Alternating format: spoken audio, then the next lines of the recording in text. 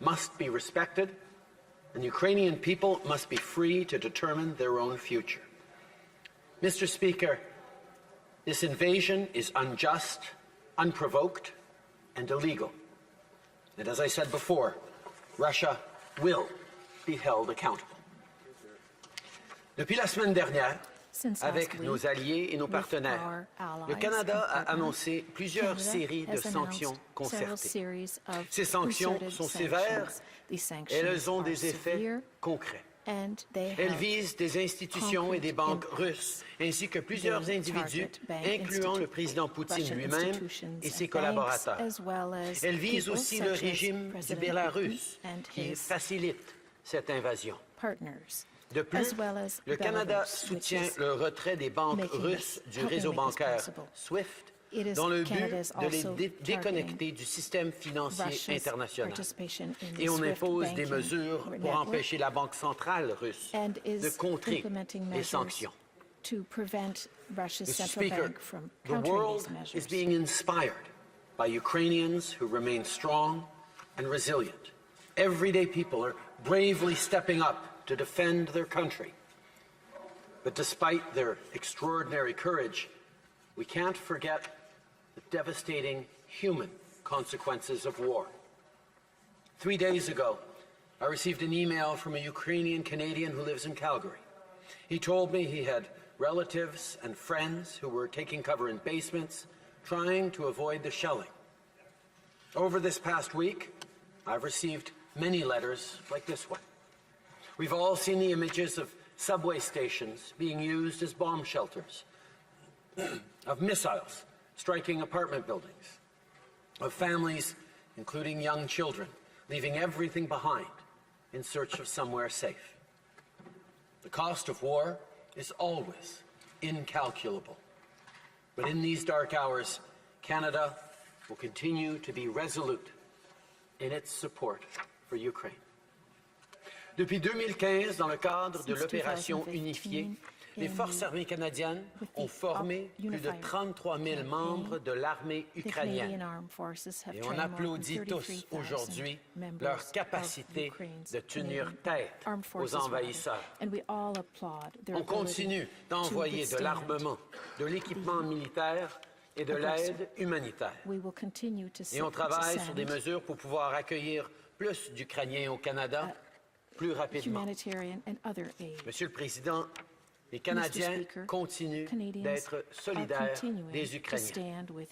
Comme je l'ai dit au président Zelensky la semaine dernière, on est tous profondément inspirés par son courage, par le courage de ses compatriotes. Le président Poutine a clairement sous-estimé la force et la résilience du peuple ukrainien, tout comme il a sous-estimé la détermination des alliés et des partenaires de l'Ukraine. When I was in Ukraine in 2016, the many people I met showed me how much they loved their country and how hard they had fought for democracy. Listening to them reminded me of how peace and stability is not something we could or should ever take for granted. Now, with the unfolding tragedy in Ukraine, the whole world is reminded once again just how fragile peace can be.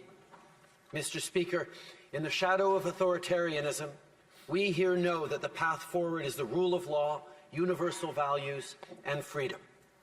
That's why Canadians and members of this House stand united with Ukraine. Democracies everywhere stand together. We stand with the people around the globe protesting against this brutal war, from Vancouver to Montreal, from Berlin to Prague, from Minsk to Moscow and St. Petersburg. We hear their voices, and we all hope they will overcome the sound of sirens and bombs. Thank you. Slava Ukraini. Questions?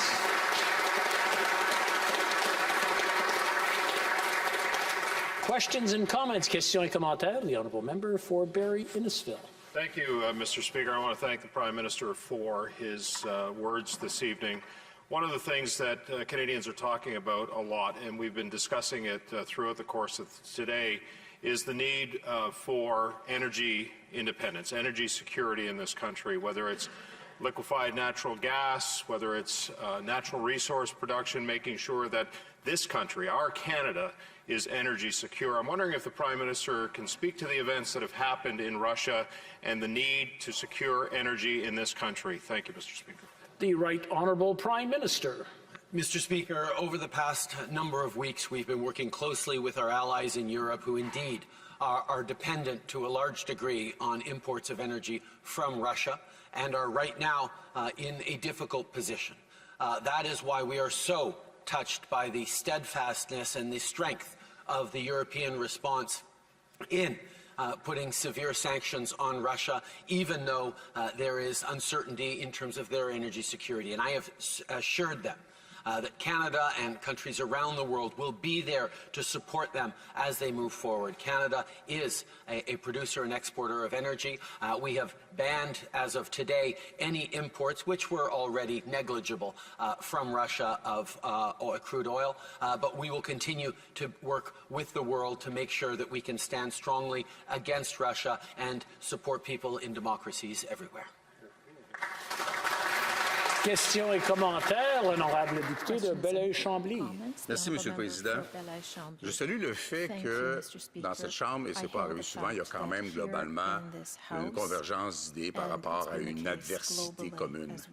Je comprends, et c'était le souhait du Bloc et sûrement de beaucoup d'autres mondes, que le gouvernement travaille, et c'est sûrement la seule façon de le faire, de concert avec les grandes organisations internationales, que sont bien sûr le G7 et l'OTAN, entre autres. Cependant, il y a encore des décisions qui se prennent sur une base davantage locale. Par exemple, la décision de continuer à requérir des visas pour des gens qui voudraient venir d'Ukraine au Canada.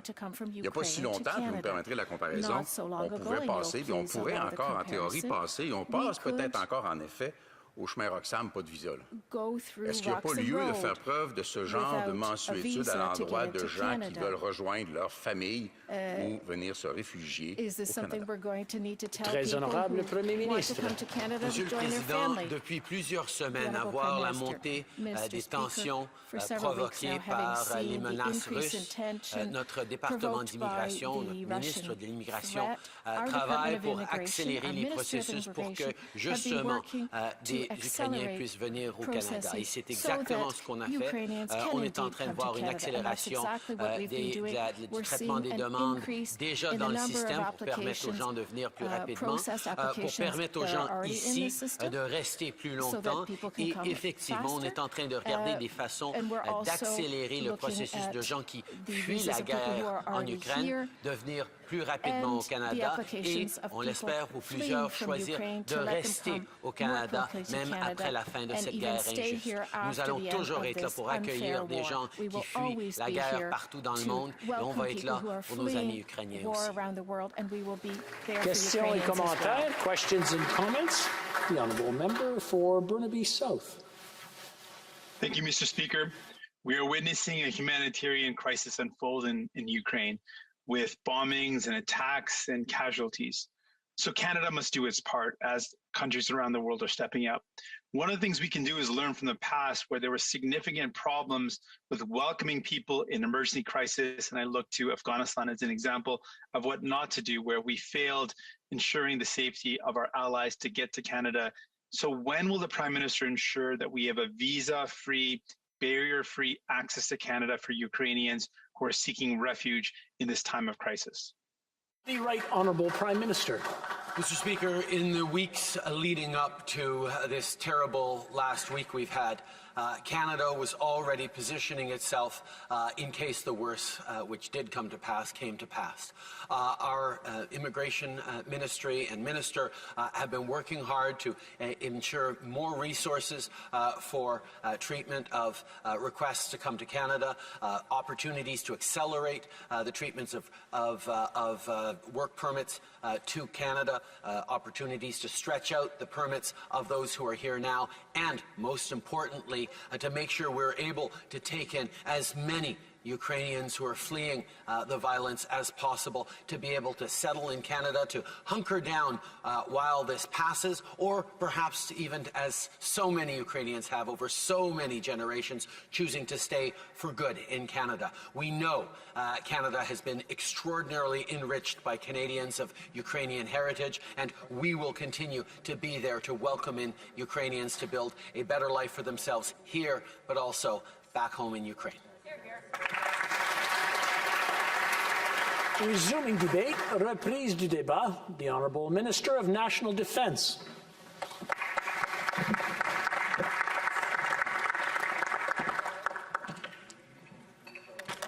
Mr. Speaker, Putin's actions over the past week are appalling for all of us who stand for peace, security, and democracy. I would like to send my very best to President Zelensky, Minister Reznikov, and the Ukrainian people for their strong resistance against Putin's ruthless aggression and unnecessary war.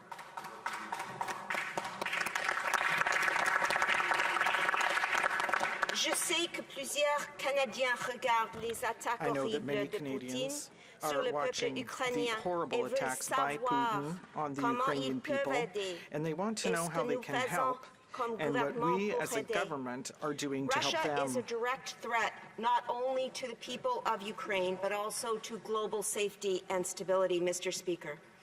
In the face of this brutal assault on the Ukrainian people, our support for Ukraine is unwavering. Depuis le premier jour, le Canada From day one, a été là Canada pour has been l'armée there et le for the peuple armed de forces l'Ukraine. and the Nous people of avons Ukraine. supporté de We manière have consistently consistante supported l'Ukraine et Ukraine nos alliés and de our NATO l'OTAN allies face à cette in the face of this agression unprovoked non aggression provoquée de la by Russie. Russia. We have provided lethal and non-lethal equipment to bolster their defenses. Canada has pledged millions of dollars in defensive military equipment to Ukraine. First, $23 million delivered since 2015. Second, $10 million delivered earlier this month, including sniper rifles and ammunition. Third, just yesterday, Minister Joly and I announced an additional $25 million in non-lethal aid, including night vision gear, helmets, body armor. These items have been specifically requested by the Ukrainian government, and we are stepping up to meet their needs alongside our allies. Now, to support the delivery of aid and to contribute to NATO efforts in Europe, Canada is also providing 2 C-130J tactical airlift aircraft for a minimum of 2 weeks. One of these aircraft departed Canada for Europe today, and the other will follow later this week. And at the request of Ukraine, and in coordination with NATO allies, we announced today that we are committing additional lethal aid to Ukraine, including at least 100 anti-tank weapon systems and 2,000 rockets, which are working to deliver as quickly as possible in the coming days. Nous renforçons également notre We soutien are pour also le flanc reinforcing est our de support l'OTAN for en NATO's eastern étendant flank l'opération by extending Réassurance. Operation To Reassurance. date, the Canadian Armed Forces has delivered well over 700 training sessions throughout Operation Unifier, Canada's military training mission in Ukraine. And in addition, we have 3,400 soldiers at the ready in case they are called up by NATO to serve for our alliance in a defensive and deterrent posture, Mr. Speaker. Canada is not alone in this mission to help Ukraine. NATO allies are more united than ever. The world has become a dangerous place, and while these dangers can feel far away to Canadians, these are tumultuous times, and we must unite as a country and redouble our efforts to support our allies. We stand with the people of Ukraine. We will continue to support them in the face of unwarranted Russian aggression. Slava Ukraini. Merci beaucoup. Thank you. Thank you. Questions and comments? Questions et commentaires? The Honourable Member for Selkirk, Interlake Eastman. Thank you, Mr. Speaker, and I want to thank the Minister of Defense for her speech and for her support of Ukraine and for the announcement today of providing some anti-tank missiles and more ammo, which the Ukrainian military needs desperately. And I know that, Minister, we've been putting pressure on you for some time to do this, and I think it was back in 2018 when Conservatives first said that we could take the weapons that were originally destined for the Kurdish Peshmerga to be sent over to help Ukraine, which included anti-tank missiles at that time. Now, in addition to the announcement today, I'd like to know what type of time frame, Madam Minister, when those will actually get delivered, and how soon are they going to be either procured here in North America, or are they coming from existing inventory that we have in Canada? And ultimately, how do we get more of them to help Ukraine in their battle against the Russian Federation? The Honourable Minister. I thank my honourable colleague for the question, and I must say it is heartening to see politics put aside in times of crisis. And I will say, in response to his questions directly, we are working to get this lethal aid in the hands of Ukrainian soldiers as soon as possible. And in order to do that, we are working very closely with our allies to ensure safe passage of the lethal aid, as well as safe delivery to the Canadian Armed Forces and to Ukrainian soldiers as well. And in terms of his question relating to the inventory itself, the lethal aid that we have announced today does come from existing inventory, and I will continue to reiterate that all hands are on deck. We are continuing to ensure that we are responding as quickly as possible to the requests of the Ukrainian government. My conversations with Minister Resnikov over the past number of weeks have been instrumental in allowing us to know precisely what it is that Ukraine needs and how we can best deliver it to them. Thank you, Mr. Speaker. Questions and comments? Questions et commentaires. Questions and comments. The Honourable Member for Saint-Jean. Thank you, Mr. Speaker, and I'd like to thank my colleague for her speech. I'd like to hear what she has to say on the fact that Ukrainians currently are fighting with a great deal of resilience and courage. It's unprecedented. There are some 500,000 Ukrainians who have fled, and we may be called upon in the future to avoid the errors of the past. So we need to be ready, and I'd like to hear what the Minister has to say with how the CAF is ready to play a humanitarian role in welcoming the Ukrainians who have fled in collaboration with the neighboring countries and with charitable organizations. The Honourable Minister of National Defense. Thank you, Mr. Speaker. I'd like to thank my colleague for the question. And first I would like to say that the Canadian Armed Forces are ready, they stand ready to support the Ukrainian people, and they will help Ukrainians who have fled and who are fleeing. What we have already in place are more and more harsh sanctions. We will ensure that we have trained over 33,000 Ukrainian soldiers. We have already delivered significant financial aid, and we have also delivered lethal and non-lethal aid to Ukraine, and we have also provided cyber assistance, which is very important today in the current context. And lastly, we have provided reinforcements to NATO's eastern flank through Operation Reassurance. So the Canadian Armed Forces stand ready, and we are there for the Ukrainian people. Thank you. Questions et commentaires. Questions and comments. The Honourable Member for Cowichan, Malahat, Langford. A 30-second question, hopefully a 30-second answer, please. Yes, thank you, Mr. Speaker. During this conflict, we have seen the Russian army direct intentional attacks against civilians and civilian targets. I want to know, Mr. Speaker, how is the Canadian government documenting these possible crimes, and how will we work with our allies to make sure that Russian military commanders and their civilian oversight are held to account after this conflict so they don't escape justice? The Honourable Minister of Defence, in 30 seconds or less, please. Mr. Speaker, I thank the Honourable Member for his question. We know that these attacks, cyber attacks included, are part of the Russian playbook. We have been watching Russian escalation at the Ukrainian border for months and months, and we are very well prepared in terms of our intelligence and connections with the Ukrainian government to document the loss of life. More important, however, is making sure that we are stepping up with humanitarian and economic aid and ensuring safe passage for Ukrainians as they leave Ukraine. And we are doing all three, Mr. Speaker.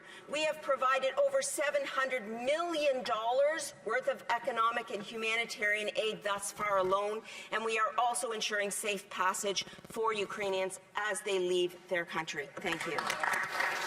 Resuming debate, reprise du débat, the Honourable Leader of the Opposition. These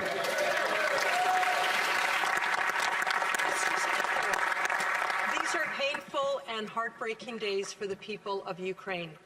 It's unbelievable to watch images of families fleeing the violence, of citizens volunteering, lining up to receive weapons to fight for their country, and of parents sending their children away to safety while they stay behind to defend Ukraine.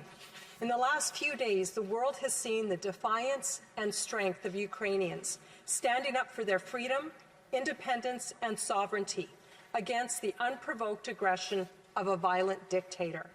Their voices were joined by millions of people here in Canada and around the world, including thousands of Russians who took to the streets to oppose the war, many of them dragged away to prison. As the official opposition, Conservatives stand shoulder to shoulder with Ukraine and its people. And we condemn Putin and his gang in the strongest and harshest terms possible. Putin's ongoing invasion of Ukraine is the first major European conflict since the Second World War. It is a serious violation of both international law and our collective humanity. This amounts to the most serious threat to the rules-based international order since 1945, and because of that, it is a serious threat to global peace and security. That's why Conservatives fully support the actions taken by the Government of Canada thus far. But we are calling on the Liberals to do more. On Saturday, we released our proposals for immediate additional action, and I would like to outline them for the members tonight. First, we are urging the federal government to expel Russia's ambassador from Canada right away. Second, we are asking the government to recall Canada's ambassador from Moscow. Thirdly, we ask the government to direct the CRTC to revoke the license of Russia Today so that Putin's propaganda machine can no longer reach Canadian homes. We are glad that companies like Rogers, TELUS, Bell, and Shaw have already done this, but we would like to see the federal government take more of a lead on this issue. Fourthly, we believe Russia should be isolated internationally by urging their removal from organizations like the G20 and the OSCE. And fifth, we would like to encourage the government to implement visa-free travel from Ukraine to Canada to help families escape here to safety. The Ukrainian people do not want to be permanent refugees. They want to be able to live in a free, peaceful, and sovereign Ukraine. But Canada can be a safe haven for them in this moment. Les conservateurs appuient l'Ukraine. L'invasion russe menace la paix, l'ordre international et la sécurité mondiale. C'est pourquoi nous soutenons les mesures du gouvernement canadien. Mais nous demandons au gouvernement de prendre des mesures supplémentaires comme renforcer nos défenses et non engager un bord l'OTAN contre les menaces de la Russie. Mr. Speaker, the Liberal government can't afford to take our peace and security for granted any longer. We need to take Putin's threats seriously. We need to make sure Canada is prepared to face aggression with the same level of determination we've seen in the Ukrainian people. That's why Conservatives are calling on the government to come forward with a robust plan to defend Canada's Arctic security and sovereignty. This includes modernizing NORAD's early warning system. It's also time that we fix Canada's long-broken military procurement system. we must accelerate the national shipbuilding program, and finally, it's time to purchase F-35 jets. In addition, we need to work in closer